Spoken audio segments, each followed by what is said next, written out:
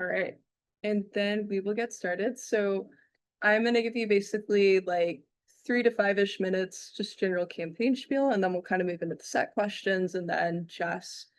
And then we can basically just open it to the floor if anybody wants to follow up. Yeah, that So sounds good. introduce yourself. Yeah. So I'm Amy Hospodarsky, and I'm running for Iowa City Council in District B. I'm really excited. I was just chatting about being here and being able to connect with a new group, so thank you for hosting. I moved to Iowa City in 2009, and since then, I've gotten to do a lot of different things, which is probably my favorite thing about Iowa City, is that if you want to get involved in something, you can probably find a way.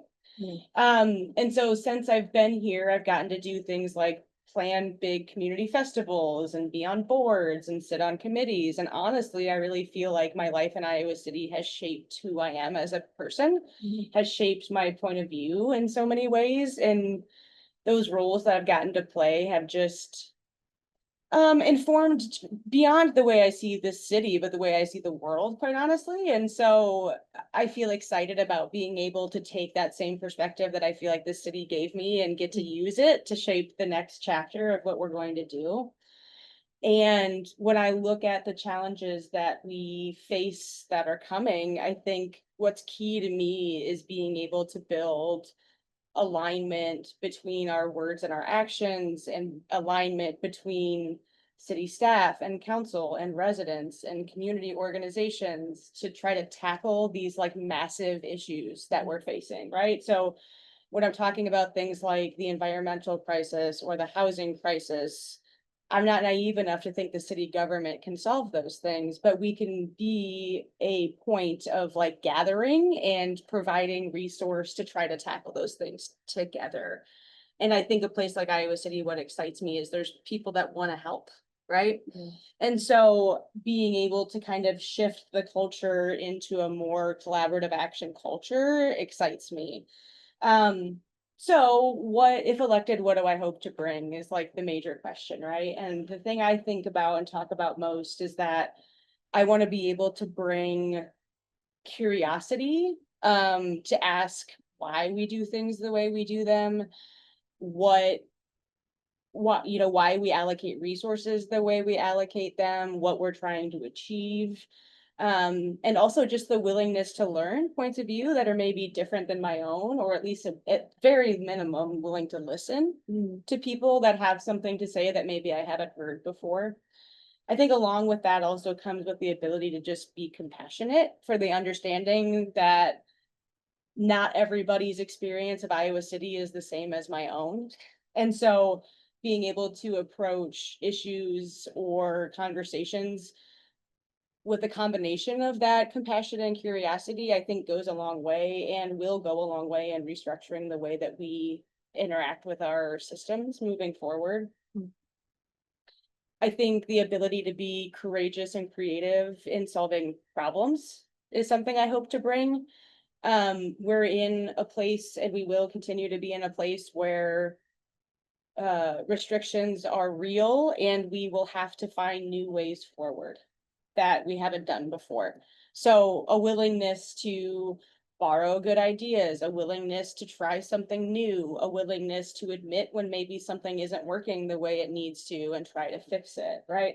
I think that takes both creativity in order to kind of see something in a new way, as well as like the courage to do something different.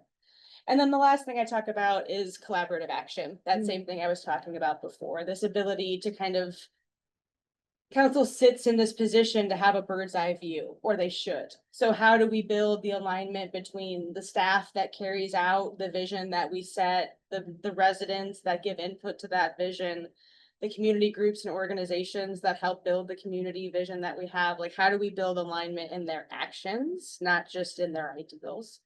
So anyway, that's my opening spiel. Yeah, thank you so much. Yeah.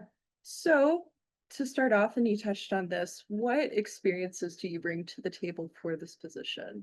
Yeah, so I've had a great deal of what I would call a governance experience here in Iowa City. So in my time here, I've served on the board of the Englert Theater, Big Brothers Big Sisters, Community Crisis Services. I'm currently the board chair of the South of Six Business District, as well as I'm on the Affordable Housing Coalition board right now. So those things are not city council, but at the basis of them, they kind of operate very similarly, right? Like they provide governance and oversight to a staff that then carries out a plan or a vision. And I think having governance experience it in so many different facets of this community will help me to at least have a jumping off point. I also, my day job is I serve as the director of Crowded Closet, which is a thrift shop here in town. And in my previous role, I was the interim general manager at the co-op at New Pie here. And so for a handful of my most recent work experience, I've answered to a board of directors. So I've had the flip experience of that, of being the staff member that was taking the big vision and ideals and putting it into actual action.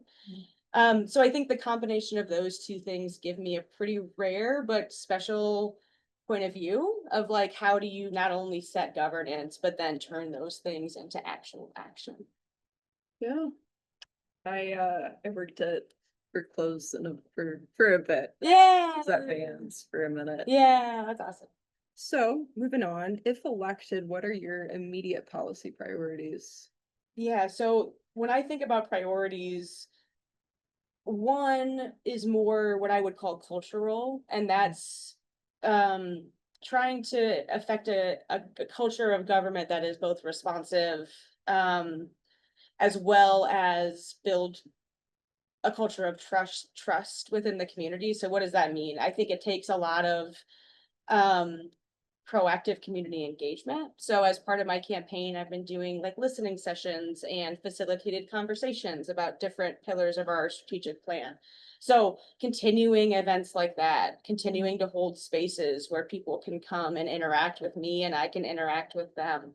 I think it's also about building accountability. So the skills that I've earned as a director are things like managing a budget and allocating staff time, you know? So I think using those skills to pretty quickly at least assess if we are aligning our resources with our priorities would be a major priority of mine.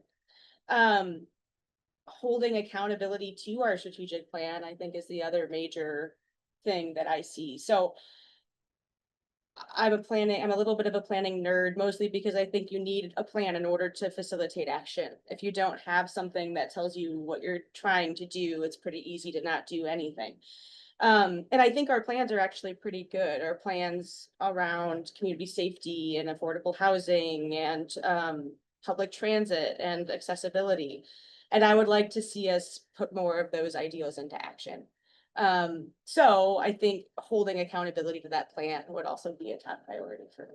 Are there any like specific areas of that strategic plan that you have in mind that you think need to be put more into action or? Yeah, so I think there's some pretty major milestones in the affordable housing section that we have named but have made not much progress on. Things like accessibility to affordable housing and number of units. I think there's some clear direction in that plan about investing in community safety more holistically, including investing in possible diversion within the 911 dispatch system. And I would love to see us go for that more wholeheartedly, especially because we've named it as a priority. So I think those two things, at least getting a better understanding as to why we're not, going for those as quickly as I wish we would.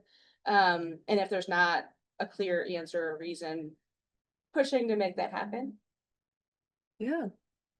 I guess kind of following up on that, how do you think we can make housing more affordable in Iowa City, especially for renters? Yeah, so one thing I think I've learned from the Affordable Housing Coalition, for people that maybe not be familiar, it's an advocacy group that brings together all of the housing agencies in Johnson County and tries to serve as a communicator of the mission overall and as a convener of going to like council meetings and representing the whole rather than every individual org having to go one by one.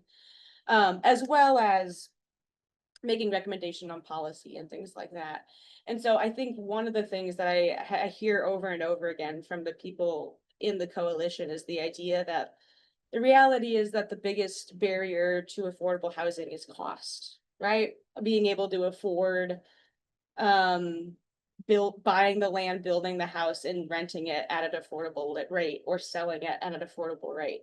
And so I think it's going to take a multi-pronged effect to make this happen, that we're going to have a longer term plan for how we're going to purchase land now that we may develop in the future, because land's not going to be cheaper in the future than it is today. So we could use land banking strategies to start building up lots that we intend to put affordable housing on, whether we're doing it immediately or not. And we can also do more in the short term in supporting things like nonprofit landlords that are able to apply for grants and have non-predatory practices in place, and not have to worry about profit, right? So there are those in the community already that we can continue to support. And I think the development of more entities like that would go a long way. Right. What steps will you take to support and engage with the unionized workforces that you oversee? And how will you support local labor unions in our community? So I think step one for me would just, at least for the city staff, would be being willing to learn and understand. So I have a general understanding of how the pieces click together over there, but I don't know everything by any means. And I think being able to get a diverse source of information from that would be important. So not only listening to, in my case, like the city manager's office, but also having a direct link to other staff would be important to me, or at least them knowing I'm accessible. So whether that be quite literally being present in City Hall and accessible, or at least find ways to be approachable when necessary, and also learn, right? Like learn the process. I think the other thing to me that is the most valuable asset you could have, at least from a negotiation standpoint, is somebody on council that's willing to push back on leadership. And I can promise you I will be that person. Not to say that I will be obstinate, but I will be willing to ask questions. I will be willing to push back.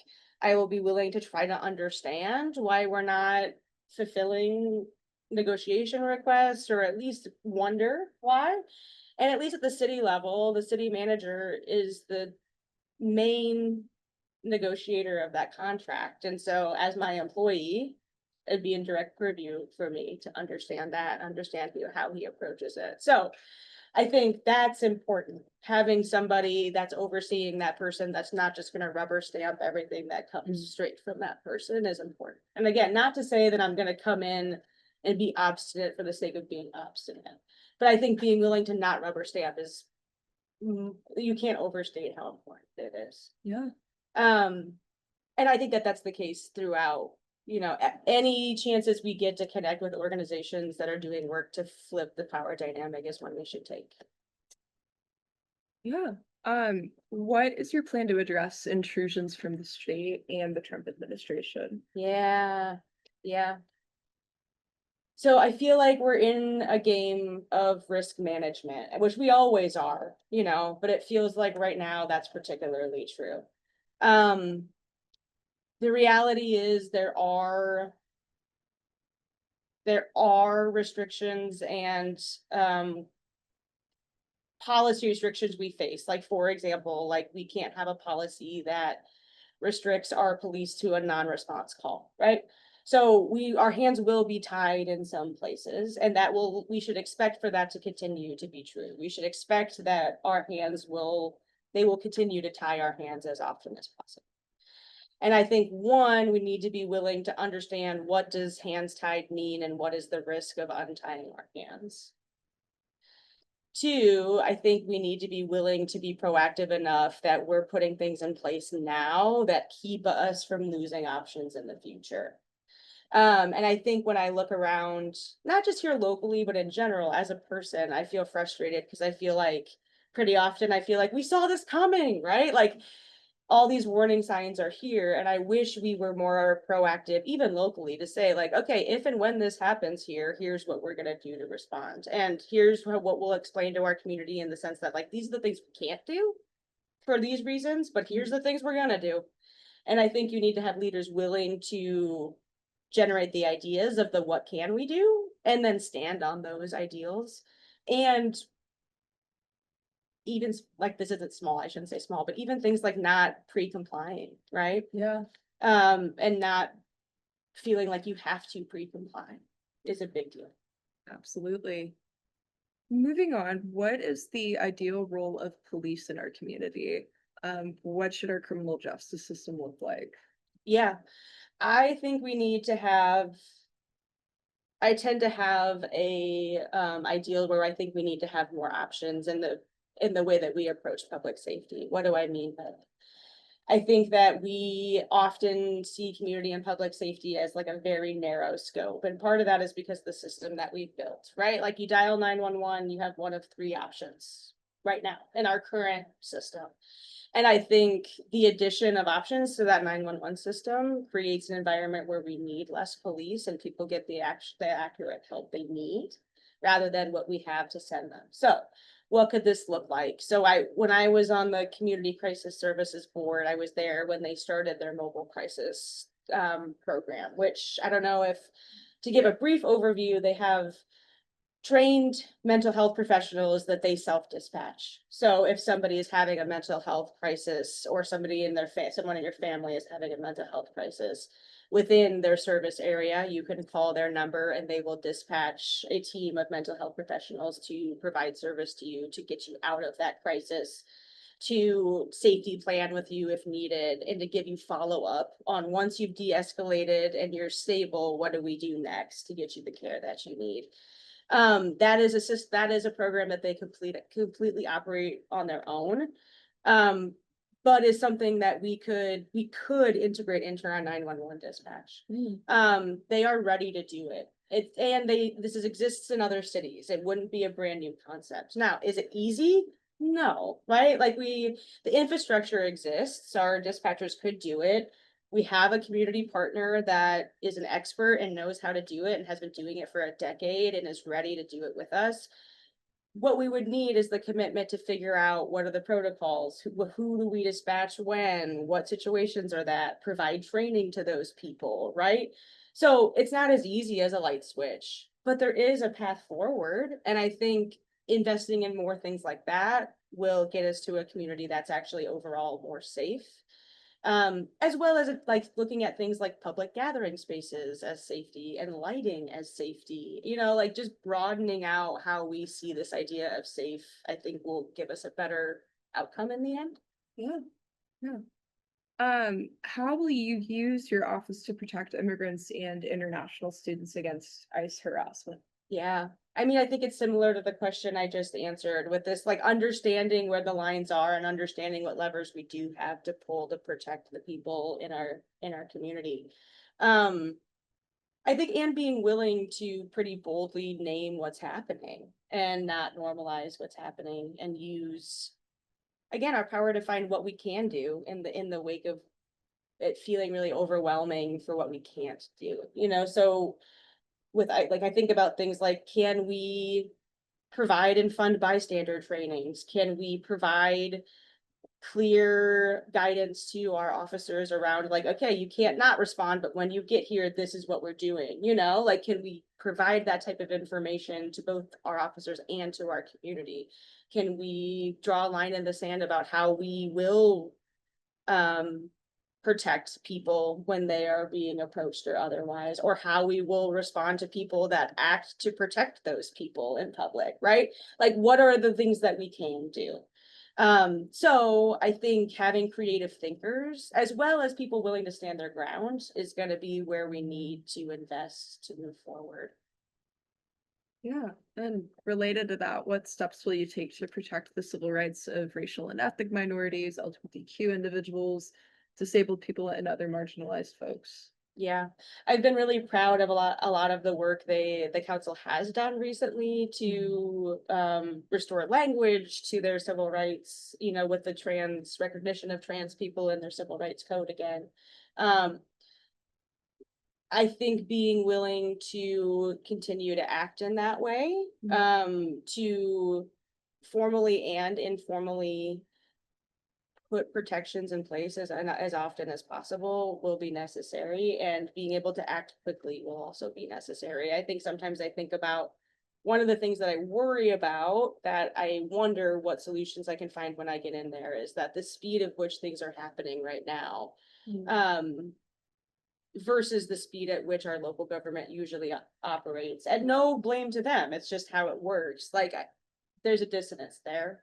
And then how do we learn to respond more quickly when needed? Yeah. Um, Getting towards the end, what distinguishes you from others in the race?